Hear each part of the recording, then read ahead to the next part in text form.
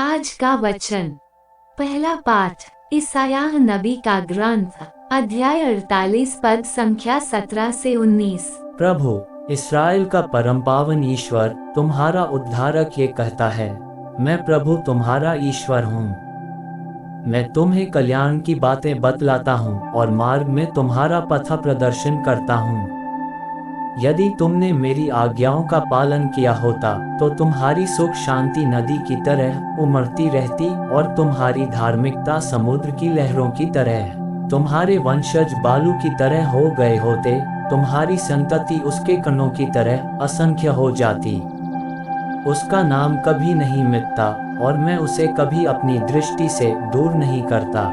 यह प्रभु की वाणी है।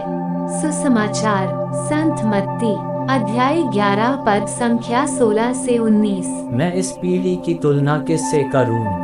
वे बाजार में बैठे हुए छोकरों के सदृश हैं, जो अपने साथियों को पुकार कर कहते हैं, हमने तुम्हारे लिए बांसुरी बजाई और तुम नहीं नाचे, हमने विलाप किया और तुमने छाती नहीं पिटी।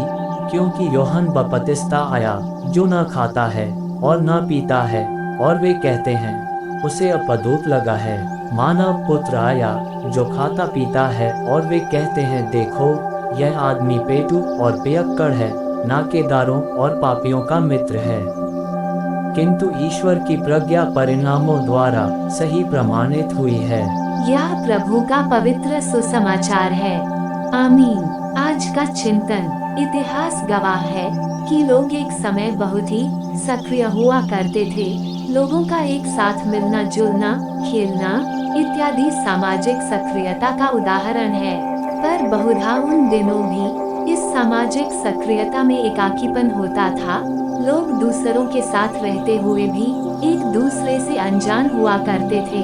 शायद यही कारण है कि यीशु आज फरीसियों को उनकी व्यस्तता के लिए धिक्कारते हैं। आज हम सभी सामाजिक रूप से आधुनिक रूप में व्यस्त हैं।